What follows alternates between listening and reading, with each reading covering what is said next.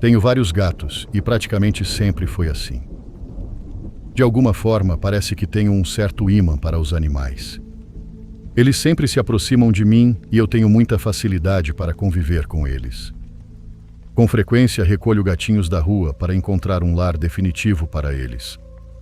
Por esse motivo, na minha casa sempre há alguns gatinhos além dos que já são meus. Antes de contar a história, preciso explicar como é o lugar onde tudo aconteceu. Em certa ocasião, os gatinhos rasgaram a tela da janela do meu quarto para poder entrar e sair quando quisessem. Sinceramente, isso não me incomodou, então deixei a tela daquele jeito. A janela do meu quarto dá para um quintal pequeno cercado por muros altos, porque moro no centro da cidade e as casas ficam muito próximas umas das outras. Não existe nenhuma maneira de alguém entrar naquele quintal sem passar por alguma das casas vizinhas ou pela porta principal da minha casa. Tudo aconteceu em uma tarde que parecia completamente tranquila. Eu estava deitada na cama usando o computador, fazendo qualquer bobagem como de costume antes de dormir.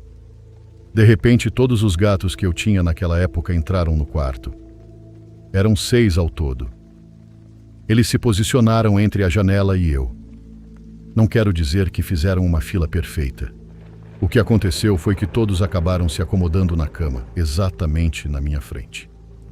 Então começaram a bufar e rosnar em direção à janela.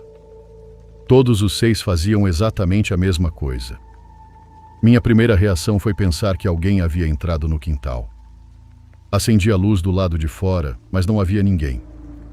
Pensei comigo mesma que não existia lugar algum para uma pessoa se esconder ali.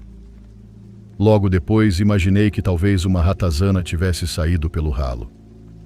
Foi justamente nesse momento que senti um cheiro horrível de esgoto. Era um odor extremamente forte. Entre todos aqueles gatos arrepiados e rosnando estava Chiquinha, uma gatinha de 5 anos que é uma verdadeira caçadora. Ela sozinha já matou várias ratazanas enormes. Ela simplesmente não tem medo delas. Eu prometo que naquele primeiro momento não pensei em nada sobrenatural. Minha preocupação era que alguém tivesse invadido a casa, porque moramos apenas eu e minha mãe. Apesar de a casa ter grades e ser bastante segura, sempre procuro tomar cuidado. Então fui conferir todas as portas e as tranquei. Quando voltei para o quarto, vi 5 dos 6 gatos completamente arrepiados, rosnando e encarando fixamente a janela. Naquele instante senti um arrepio subir pela nuca e descer lentamente pelas minhas costas. Subi na cama. Imediatamente, Alexandre, um macho de 8 meses, ficou ao meu lado. Ele caminhava de um lado para o outro sobre a cama. Mas, como eu disse, não tirava os olhos da janela nem por um segundo. Continuava bufando, completamente arrepiado. Naquele momento tive a sensação de que ele estava me protegendo-me de algo que eu não conseguia enxergar.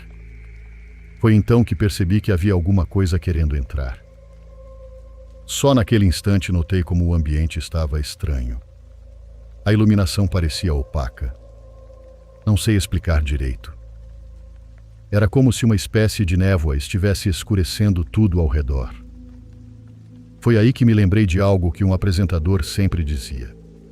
Ele afirmava que odores fétidos estavam relacionados a seres das trevas. E o cheiro de esgoto estava tão intenso que chegava a irritar meu nariz. Além disso, aquele arrepio não passava. Na mesma hora, coloquei no YouTube o som de um sino tibetano. Também procurei no computador o Salmo 91 e o Salmo 23. Passei um bom tempo rezando. Depois de algum tempo, meus gatos, que permaneciam todos em posição de ataque voltados para a janela, começaram a relaxar. Aos poucos deixaram de rosnar. Tudo isso durou pouco mais de meia hora. E convenhamos, é muito tempo para animais permanecerem tão irritados e inquietos. Mas de repente todos voltaram ao normal. Alguns saíram do quarto, outros foram comer, já Alexandre permaneceu deitado sobre mim, ronronando e olhando para mim com aqueles olhinhos carinhosos. Era completamente diferente da postura agressiva que tinha demonstrado poucos minutos antes. O mais curioso foi que o cheiro de esgoto também desapareceu. Naturalmente, eu não vi absolutamente nada. Nada se moveu. Nenhum objeto caiu. A energia também não acabou, mas eu senti aquele cheiro com muita clareza. E acima de tudo, senti claramente que havia alguma coisa ali. Acho que na verdade este relato pertence aos meus gatos. Foram eles que viram fosse lá o que estivesse naquela janela naquela noite. Eu prometo que não estou inventando nada. Embora seja uma história simples, continua sendo algo extremamente estranho para mim. E posso garantir que tudo isso aconteceu de verdade. Fico muito feliz de vocês me ouvirem. Um abraço, comunidade.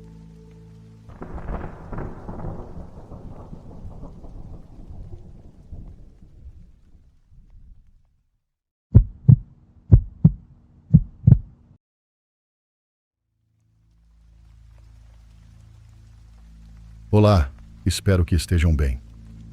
Resolvi contar a vocês uma experiência que até hoje não consigo explicar e que, só de pensar nela, mesmo depois de tantos anos, ainda me deixa arrepiado. Isso aconteceu por volta de 2004, quando eu tinha 17 anos e cursava o ensino médio em uma escola particular rural. Naquela época, todos os anos era escolhida a rainha da escola. O evento geralmente acontecia em uma discoteca da região e, para falar a verdade, era muito divertido. Nós dançávamos e, meio às escondidas, vendiam cerveja para a gente, apesar de muitos de nós ainda sermos menores de idade. Essa parte eu sei que é errado, mas adolescente é adolescente, né? Bom, era uma noite agradável que normalmente começava depois das 6 da tarde e terminava por volta das 2 da manhã, pois era nesse horário que acabava o aluguel do lugar. Fui apenas 2 vezes e nas 2 ocasiões estava acompanhado de 2 amigos da escola com quem me dou muito bem até hoje. André e Alessandro Mitaranjo. André era um ano mais velho que a maioria da turma e sempre dava um jeito de conseguir uma caminhonete para essas festas. Era ótimo porque assim podíamos voltar para casa na hora que quiséssemos, sem precisar que nossos pais fossem nos buscar. Lembro que o primeiro evento aconteceu sem nenhum problema, e já de madrugada, André deixou cada um de nós em casa. Na segunda vez, estávamos decididos a ir com o mesmo grupo do primeiro ano, André, Alessandro e eu. Naquela noite, André teve algumas dificuldades para conseguir a caminhonete a tempo. Não me lembro exatamente que horas eram quando chegamos, mas o evento já havia começado e estavam quase coroando a rainha. Encontramos alguns amigos que reconhecemos de imediato, e entre brincadeiras o tempo passou rápido. De repente, André colocou a mão no meu ombro e, em meio ao barulho, só conseguia entender que ele sairia por um tempo e voltaria para nos buscar em mais ou menos 1 hora. Entendi tudo quando percebi que ele estava de mãos dadas com uma garota com quem havia passado um bom tempo dançando. Nós continuamos curtindo a festa e nossos colegas foram embora aos poucos. Da mesma forma, quase sem percebermos, o tempo também foi passando. Já estava perto das 2 da manhã e não tínhamos nenhuma notícia de André. O lugar foi ficando vazio até que decidimos sair e esperar por ele do lado de fora. Ficamos ali por mais 1 hora e já eram quase 3 da manhã quando Alessandro e eu, ainda um pouco tontos, percebemos que André não apareceria. Por causa da distância até nossas casas e do horário, não tínhamos dinheiro suficiente para pegar um táxi. Eu também não queria ligar para minha mãe porque não queria que ela percebesse que eu havia bebido, já que ela nem sequer sabia que eu fazia isso. Calculamos que faltavam cerca de 5 quilômetros e decidimos seguir a pé. Alessandro e eu éramos vizinhos e começamos a caminhar pela lateral da rodovia. O trajeto parecia mais curto porque ainda estávamos no clima da festa e, entre conversas e brincadeiras, acabamos percebendo que já estávamos perto de chegar. Porém, justamente em uma subida, nós dois ficamos em silêncio ao mesmo tempo. A cerca de 200 metros de distância, vimos um carro dar uma guinada brusca e bater violentamente contra uma loja de móveis vintage usados. Na mesma hora, corremos para tentar ajudar os passageiros. Já passava das 3 da manhã e não havia mais ninguém por perto. Quando estávamos a uns 50 metros do carro, vimos um homem sair rapidamente e atravessar a rodovia como se estivesse perseguindo alguém, enquanto xingava e gritava palavrões para uma pessoa que nós não conseguíamos enxergar. Quando chegamos mais perto, perguntamos se ele estava bem, mas o cara não nos deu atenção. Apenas virou o rosto em nossa direção por um segundo e continuou andando enquanto xingava alguém que nós simplesmente não víamos. Era evidente que ele estava muito mais irritado do que assustado, E por instinto, Alessandro e eu fomos verificar o carro, que estava praticamente destruído do lado do passageiro. Ficamos mais tranquilos quando percebemos que não havia mais ninguém viajando com aquele sujeito. O estranho aconteceu quando ele, que até então não havia parado de xingar, parou de repente e ficou olhando para o nada. Estava imóvel, de costas para nós, justamente do outro lado da rodovia. Atravessamos até onde ele estava e Alessandro perguntou se ele se encontrava bem, mas o homem simplesmente o ignorou. Aquilo foi muito estranho. Eu repeti a pergunta, mas ele também me ignorou. Alessandro, já um pouco irritado, segurou o cara pelo braço e ficou quase de frente para ele antes de perguntar novamente se estava tudo bem. O cara apenas levantou a mão, apontou para uma rua escura e disse para olharmos. Viramos na direção que ele apontava e o que vi em seguida foi a coisa mais aterrorizante que já presenciei em toda a minha vida. Eu vi. Nós vimos. Um cara com os olhos brilhantes que se destacavam em meio à escuridão. Ele estava parado em cima de um muro e, graças ao reflexo das luzes das casas próximas, conseguíamos perceber que não tinha pés nem mãos. Aquela coisa olhava diretamente para nós três. Naquele momento fiquei tomado por uma sensação de medo que somente quem já passou por algo desse tipo consegue entender. O pior era que havia algo de raiva em seu olhar. Então ele desceu do muro, que devia ter uns 3 metros de altura, mas fez isso de uma maneira aterrorizante. Ele saltou como se a gravidade tivesse sido alterada e caiu a uma velocidade muito mais lenta do que seria normal. Depois virou as costas para nós e desapareceu na escuridão daquela rua. Ficamos em silêncio durante alguns segundos até Alessandro perguntar que diabos tínhamos acabado de ver. O cara que estava conosco apenas respondeu que aquela coisa havia atravessado a rodovia na frente dele e que quase a atropelou. Foi por isso que deu a guinada brusca e, felizmente, segundo suas próprias palavras, havia saído ileso do acidente. Porém, cego de raiva, saiu do carro para reclamar com aquela coisa por ter atravessado daquele jeito. Ele contou que quando estava prestes a alcançar, aquilo deu um salto como um animal e subiu no muro de uma maneira que não parecia real. Foi somente então que percebeu que aquela coisa não tinha pés nem mãos e ficou completamente paralisado. Depois do que aquele homem nos contou, e principalmente do que nós mesmos tínhamos acabado de ver, eu estava ainda mais apavorado. Ele fez algumas ligações para familiares e para a seguradora. Depois que desligou o telefone, passamos alguns minutos conversando sem parar sobre aquilo que havíamos presenciado. Nenhum de nós três teve coragem de investigar a rua escura por onde aquela coisa havia desaparecido. Depois de algum tempo, um carro parou ao perceber nossa presença e o acidente. Outros veículos também pararam enquanto esperávamos, até que chegaram um policial e o pessoal da seguradora. Foi então que nos despedimos daquele sujeito e ele apenas nos disse para tomarmos cuidado. Quando estávamos nos afastando, ouvimos ele dizer ao policial que havia dado a guinada para não atropelar um cachorro. Chegamos à minha casa sem mais nenhum problema e Alessandro me pediu permissão para dormir no sofá durante o restante daquela noite. Eu entendi perfeitamente e deixei que ele ficasse, pois embora sua casa fosse perto, depois do que acabávamos de ver, o medo ainda era indescritível. Minha mãe acordou e brigou comigo por causa do horário em que cheguei, mas eu ainda estava assustado demais para dar atenção à bronca. Levei meses para conseguir superar aquilo. Mas acho que não foi pelo medo, e sim por descobrir que esse mundo é mais doido do que imaginamos. Na verdade, ainda existe mais uma coisa que preciso contar. No dia seguinte, acompanhei minha mãe até o centro para resolver uma coisa e passamos pelo mesmo lugar. Vi a loja de móveis com alguns danos nas portas metálicas e não consegui evitar o pânico quando percebi algo que havia deixado passar na noite anterior. Ao lado da rodovia havia uma velha cruz, parecida com aquelas pequenas capelas que costumam colocar nos lugares onde alguém morreu em um acidente. Ainda mantenho contato com Alessandro e André. Alessandro continua se lembrando daquela experiência com medo, já André nunca acreditou em nós e até hoje tira sarro da nossa história até hoje. Quanto a mim, toda vez que conto o que aconteceu naquela madrugada, ainda fico arrepiado.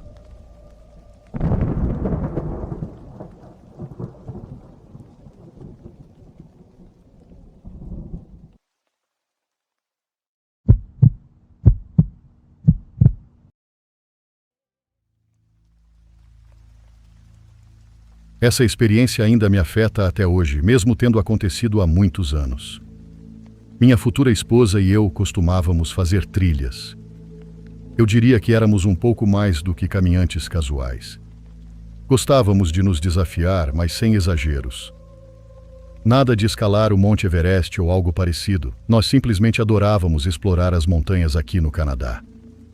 Para mim, estar sozinho na floresta durante a noite sempre foi como estar no paraíso. Sei que essa ideia pode parecer assustadora para muita gente, mas não para nós.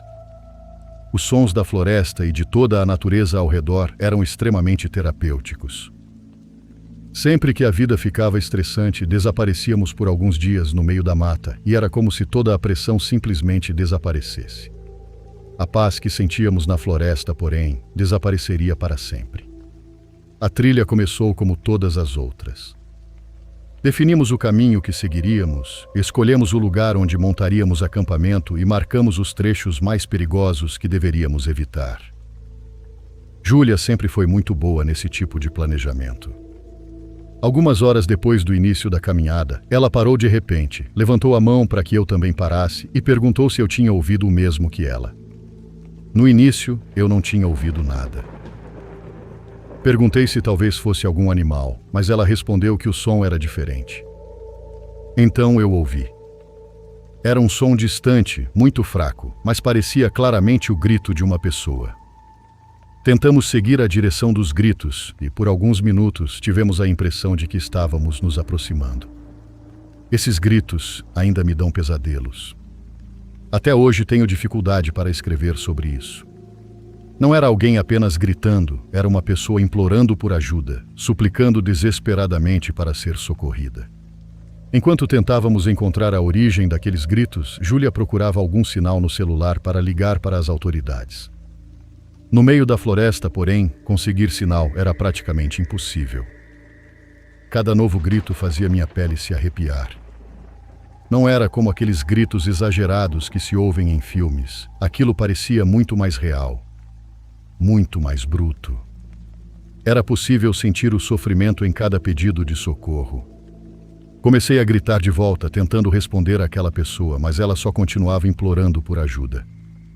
Tentamos pedir que ela nos desse qualquer indicação de onde estava.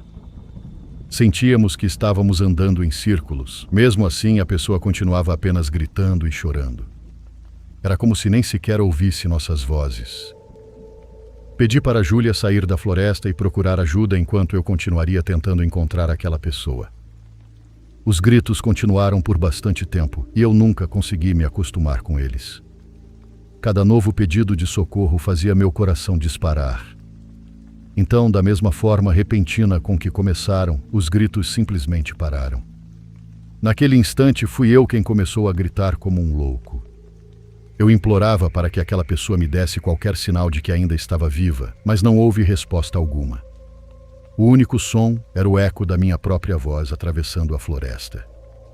Continuei explorando a região até encontrar uma mochila parcialmente pendurada em um galho de árvore. Não posso afirmar que pertencia à pessoa que estava gritando, mas ela estava muito próxima do lugar de onde pareciam vir os pedidos de socorro. Abri a mochila. Dentro havia apenas um carregador de celular, um canivete simples e um cartão genérico de agradecimento.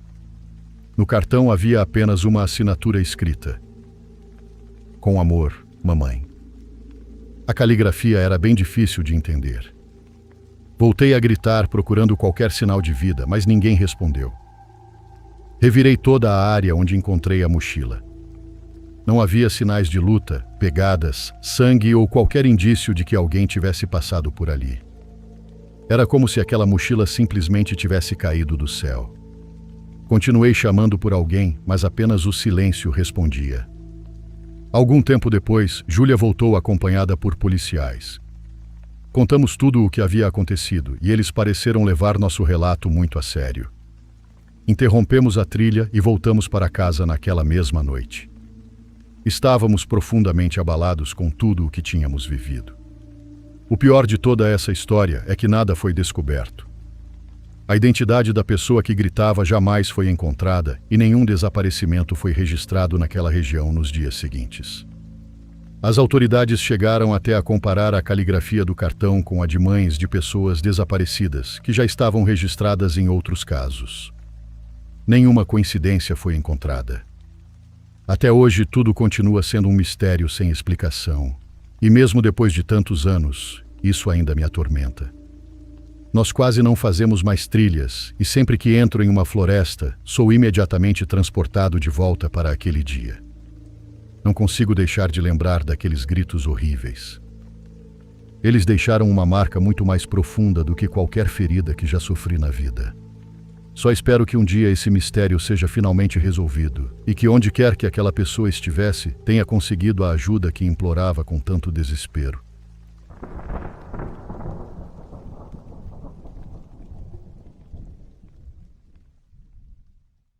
Por favor, curta e se inscreva se você estiver gostando. Agora continuamos.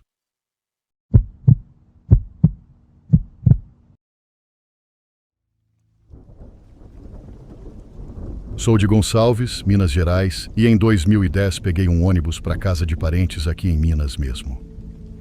Quando pensei que finalmente tínhamos chegado, um tio nos esperava em uma caminhonete e nos levou por estradas de terra, com vistas maravilhosas dos morros, de um desfiladeiro e da floresta. Chegamos a uma casa na parte mais alta da serra, afastada de todas as comunidades, onde viviam aqueles parentes que haviam enriquecido com o dinheiro do gado. Chegamos exaustos e fomos direto para as camas que haviam preparado para os 15 dias que passaríamos por lá. Quando acordamos, estávamos famintos, e o jantar preparado pela minha tia foi praticamente um banquete. Para aquela ocasião vieram primos distantes, alguns amigos deles e dos meus tios, e passamos horas ouvindo histórias interessantes sobre a serra. Quando começou a anoitecer, meu tio mandou alguém acender a fogueira para nós.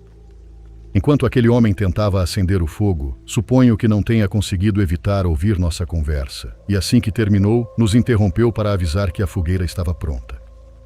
Ele ficou olhando para todos nós por alguns instantes antes de perguntar se queríamos ouvir uma história. Porém, uma história verdadeira, aterrorizante e com provas.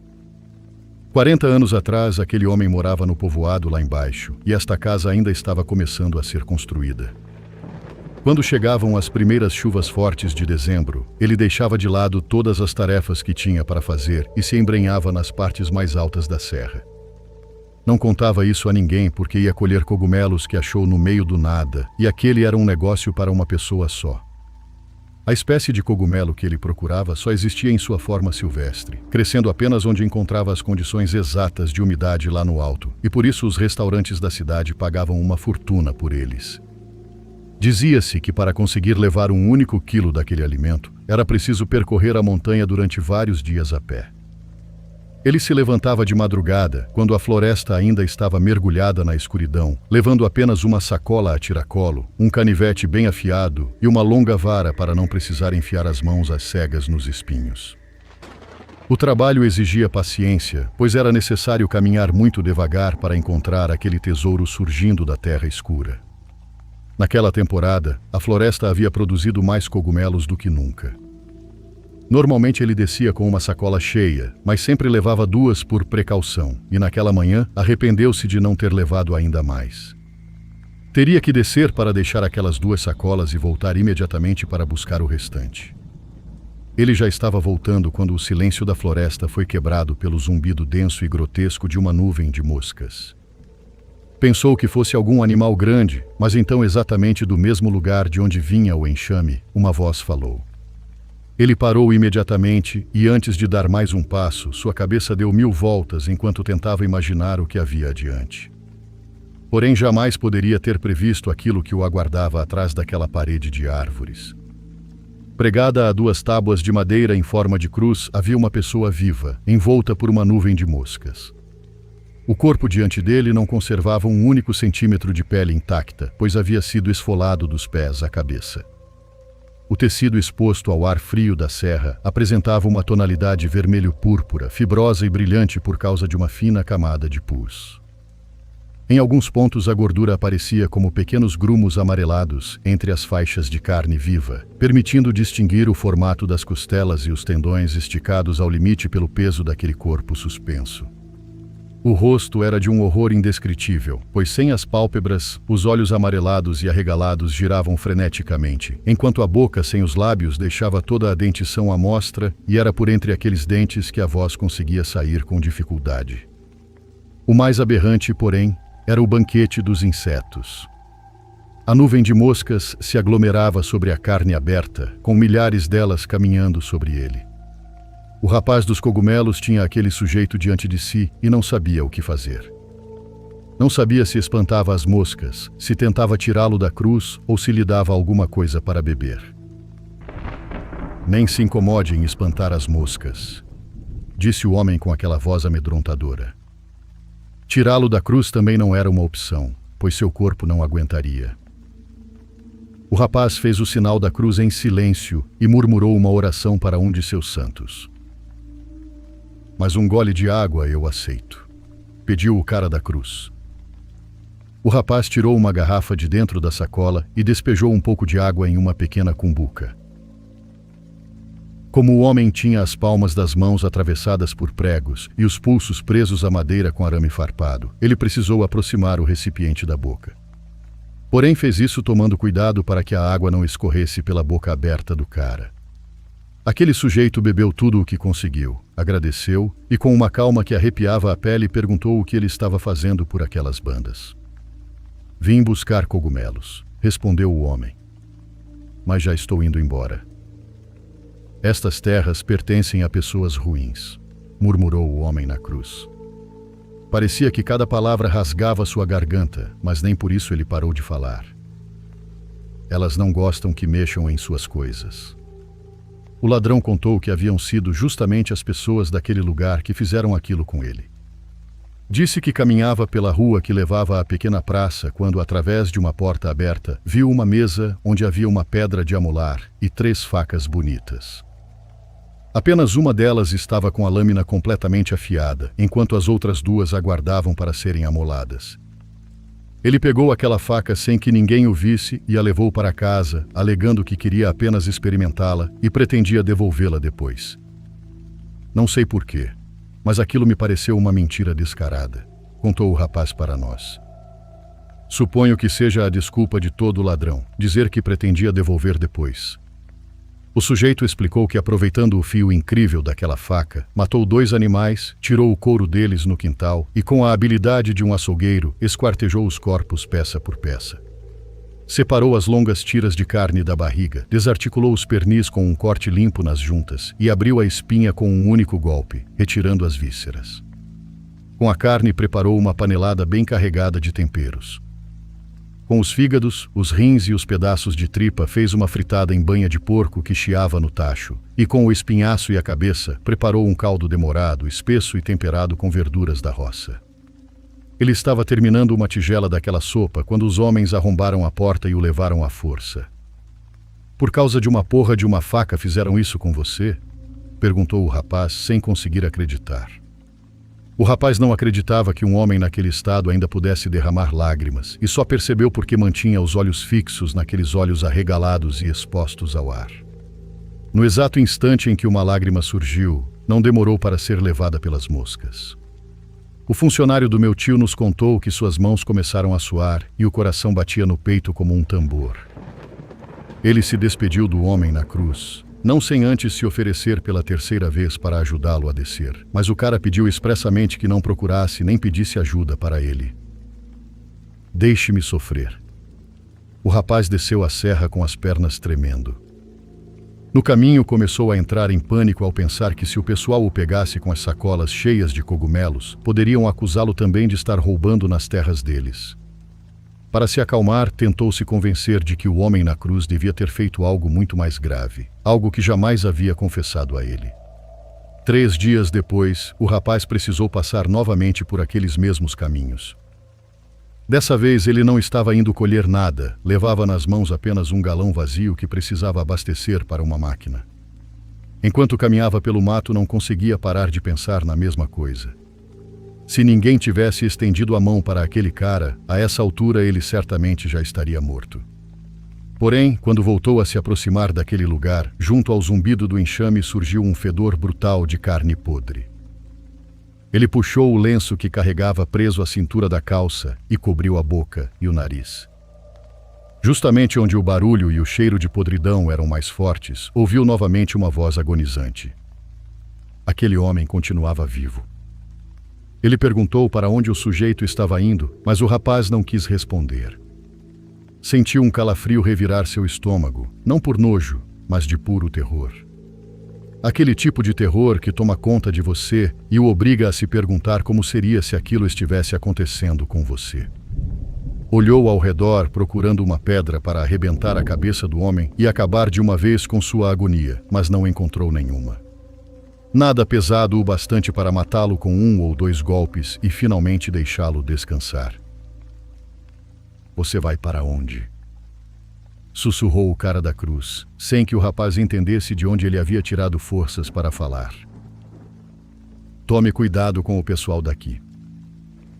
O rapaz já havia estado outras vezes naquele lugar, mas jamais tinha enxergado o povoado com os olhos de agora, contaminado pelas palavras daquele sujeito.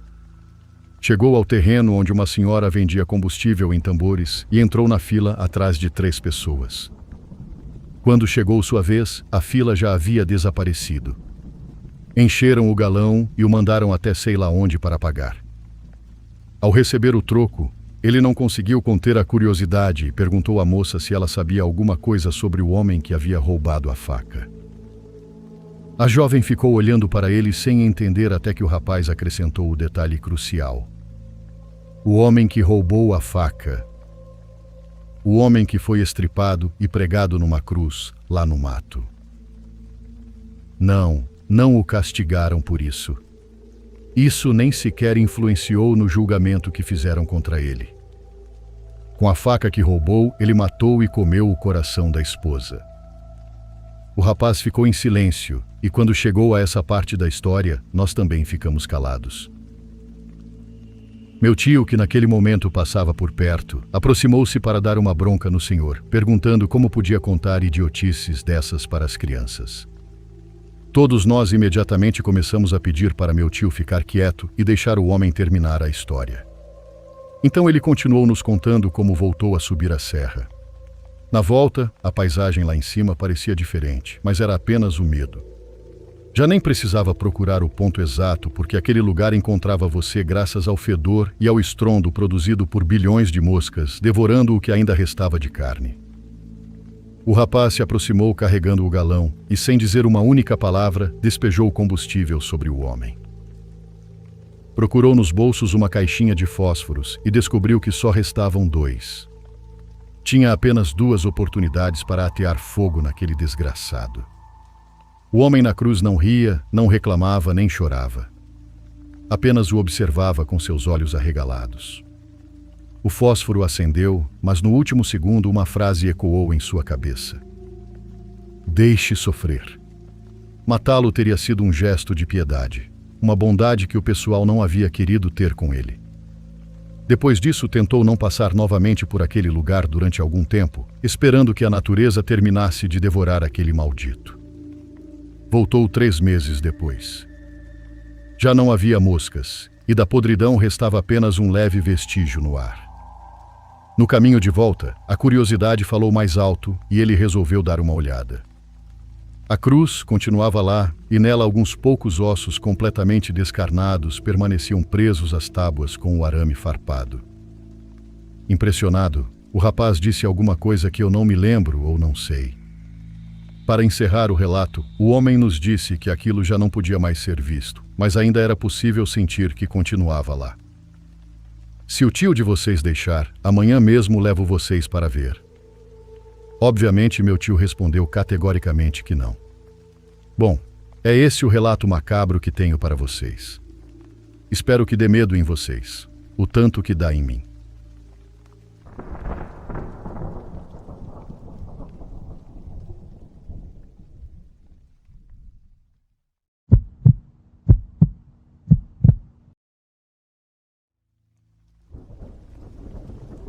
Quando eu estava na casa dos 20 e poucos anos, minha namorada na época conseguiu um emprego na Flórida. Era um trabalho temporário, com contrato de 6 meses e infelizmente ela precisaria se mudar para a Flórida durante todo esse período. Como eu tinha meu emprego onde morava e nenhum de nós queria terminar o relacionamento, decidimos tentar manter as coisas à distância. Da porta da minha casa até o apartamento dela na Flórida eram 12 horas e 3 minutos de viagem. Fiz esse trajeto várias vezes durante os meses em que ela trabalhou lá e, para falar a verdade, eu não me importava em dirigir. Normalmente eu tirava a sexta-feira de folga, saía às 5 da manhã e passava praticamente o dia inteiro na estrada. Costumava chegar no começo da noite e assim podia passar o sábado inteiro com ela. O único problema de sair tão cedo era que eu sempre acabava pegando trânsito pesado, e essa era de longe a pior parte da viagem. Na última vez que fui visitá-la, decidi fazer algo diferente e sair na quinta-feira depois do trabalho para dirigir durante a madrugada. Minha lógica era simples. Durante a noite, o trânsito seria muito menos irritante. No começo da viagem, fiquei convencido de que tinha tomado a decisão certa.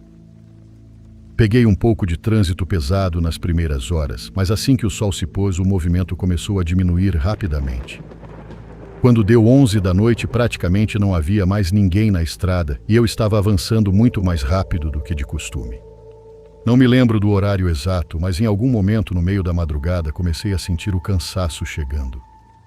Esse é o problema de trabalhar o dia inteiro e depois tentar dirigir por 12 horas seguidas. Cheguei a um ponto em que estava tão cansado que comecei a cochilar por alguns instantes enquanto dirigia. Minha cabeça começava a cair daquele jeito clássico de quem está lutando contra o sono, e manter os olhos abertos parecia ser a coisa mais difícil do mundo. Pela primeira vez na vida, senti que a sorte estava do meu lado porque eu tinha acabado de passar por uma placa indicando uma área de descanso a pouco mais de 3 quilômetros. Eu só precisava aguentar mais alguns minutos, então poderia sair do carro, me alongar e jogar um pouco de água no rosto. Por muito pouco não dormi ao volante e sofri um acidente, mas finalmente consegui entrar na área de descanso. Não era uma daquelas áreas boas que tem comida e posto de gasolina. Havia apenas uma pequena construção de tijolos, com uma grande entrada aberta na frente. Ao passar por ela, você entrava em um pequeno corredor com um banheiro à esquerda e outro à direita. Quando estacionei, não fui direto ao banheiro. Primeiro saí do carro, comecei a me alongar e fiz alguns polichinelos para tentar despertar. Enquanto me alongava, percebi que havia apenas outro carro no estacionamento, parado bem do outro lado. Não consegui saber se estava vazio ou se havia alguém dentro tentando dormir, mas de qualquer forma aquilo era uma área de descanso, então não fiquei preocupado com a presença de outro veículo. Depois de alguns minutos, fui até o banheiro masculino e fiquei surpreso ao descobrir que a porta estava trancada. Não era um daqueles banheiros individuais com apenas um vaso sanitário, então achei aquilo um pouco estranho, mas não pensei muito no assunto. Como eu não estava desesperado para usar o banheiro, voltei até meu carro e continuei me alongando e andando um pouco pelo estacionamento. Cerca de 10 minutos se passaram e ninguém saiu do banheiro. Resolvi bater na porta para ver se alguém respondia, mas antes tentei abri-la novamente. Pensei que talvez a pessoa tivesse saído sem que eu percebesse, embora isso fosse bastante improvável porque eu não tinha deixado aquela área. Bati várias vezes e ninguém respondeu. Na verdade, não ouvi absolutamente nenhum som vindo lá de dentro. Como a área de descanso estava praticamente vazia, com exceção daquele único carro, decidi verificar o banheiro feminino. Tentei abrir a porta e ela estava destrancada. Antes de simplesmente entrar, bati de leve e perguntei se havia alguém lá dentro. Ninguém respondeu. Entrei no banheiro feminino e tranquei a porta para o caso de alguém aparecer na área de descanso enquanto eu estivesse lá dentro. Não queria que pensassem que eu era algum tipo de tarado entrando no banheiro feminino no meio da madrugada. Eu já me sentia estranho por estar ali, mesmo sabendo que não havia mais ninguém por perto.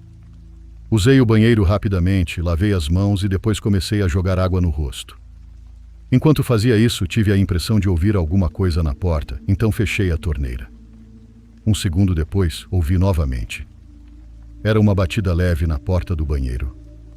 Fiquei um pouco constrangido porque iria encontrar aquela pessoa do lado de fora do banheiro feminino. Avisei que sentia muito e que sairia em um segundo. As batidas pararam por um instante, mas logo depois a pessoa começou a socar a porta com força. Não estou falando de uma ou duas pancadas fortes, mas de socos contra a porta. Fiquei com medo de abrir. Quando as pancadas finalmente pararam, caminhei até a porta e esperei alguns segundos para ver se começariam novamente. Nada aconteceu. Também não consegui ouvir nenhum som vindo do outro lado. Alguns segundos depois, abri a porta esperando encontrar uma mulher furiosa ou algum homem prestes a me bater por eu ter usado o banheiro feminino, mas não havia ninguém ali. Dei um passo para fora e percebi que o banheiro masculino do outro lado do corredor agora estava aberto. A porta não estava completamente escancarada, mas havia alguma coisa embaixo dela mantendo-a ligeiramente aberta. Foi então que percebi algo ainda mais estranho. Havia um rastro de pegadas enlameadas saindo do banheiro masculino e indo diretamente até a porta do banheiro feminino, exatamente onde eu estava parado. Aquilo me deixou bastante desconfiado, mas naquele momento eu só estava feliz por finalmente poder ir embora. Toda aquela tensão envolvendo os banheiros tinha me deixado muito mais desperto do que quando cheguei à área de descanso. Só que essa felicidade por estar indo embora não durou muito. Quando saí daquele corredor, percebi que agora havia um carro estacionado exatamente ao lado do meu. Era o mesmo veículo que estava parado do outro lado do estacionamento quando cheguei. Olhando rapidamente, não consegui ver ninguém dentro dele, mas notei as pegadas enlameadas saindo dos banheiros e seguindo até o lado do passageiro do meu carro, que também correspondia ao lado do motorista do outro veículo.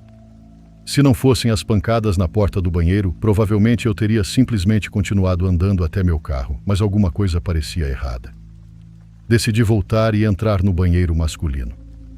Fui até uma das cabines para tentar entender racionalmente o que estava acontecendo e recuperar a calma. Comecei a dizer a mim mesmo que, embora tudo aquilo fosse estranho e definitivamente perturbador, provavelmente não passava de uma coincidência. Talvez fosse apenas consequência de eu estar exausto em uma área de descanso suspeita no meio do nada, com apenas outra pessoa por perto. Eu tentava me convencer de que não estava correndo nenhum perigo de verdade. Enquanto permanecia dentro da cabine tentando me acalmar mentalmente, ouvi a porta do banheiro masculino rangendo devagar. Eu tinha entrado ali tão ansioso que esqueci de trancar a porta. Então ouvi a pessoa que tinha acabado de entrar trancá-la. Naquele momento eu já estava tremendo. Quem quer que fosse começou a caminhar lentamente pelo banheiro até chegar à cabine ao lado da minha. A pessoa entrou e fechou a porta. Eu conseguia perceber que era um homem e que ele estava simplesmente parado ali. Falo isso porque pelo espaço na parte inferior da divisória, eu conseguia ver as pontas das botas dele. Ele não estava virado para o vaso sanitário.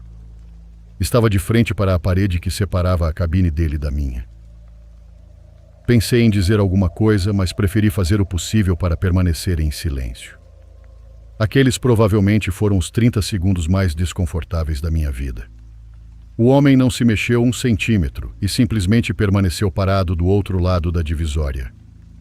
Eu não queria esperar para descobrir o que ele faria. Abri lentamente a porta da minha cabine tentando evitar ao máximo que ela rangesse. Assim que consegui abrir espaço suficiente, saí correndo da cabine e fui direto para a porta do banheiro. Por sorte, a fechadura era apenas uma trava comum que podia ser aberta girando o mecanismo por dentro. Destranquei a porta e corri em direção ao meu carro.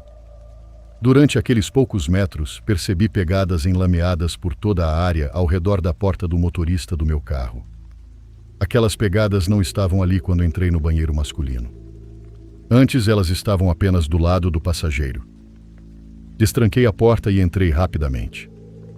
Enquanto dava ré para sair da vaga o mais rápido possível, vi de relance um homem alto usando um moletom verde, com algo refletindo na mão dele. Não tenho certeza se era uma faca. Saí dali na maior velocidade que conseguia controlar sem correr o risco de bater o carro. Logo depois, vi pelos retrovisores os faróis de um veículo saindo da área de descanso atrás de mim, então pisei fundo no acelerador. Cheguei a quase 145 km por hora.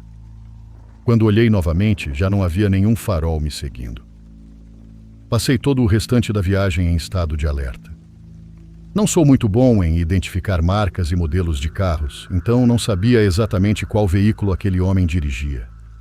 Tudo o que conseguia afirmar com certeza era que se tratava de um Chevrolet azul. Durante o restante da viagem, cada Chevrolet azul que eu via fazia meu coração parecer que ia saltar do peito. Felizmente, nunca mais encontrei aquele homem. Pelo menos, acho que nunca encontrei.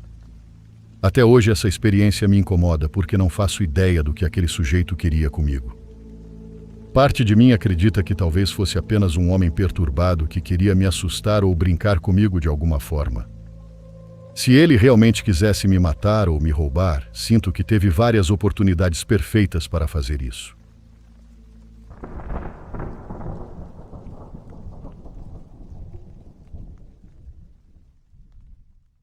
O Diário dos Pesadelos fica por aqui. Obrigado por ouvir até o fim. Nos vemos no próximo episódio. E lembre-se, não vá ao escuro sozinho.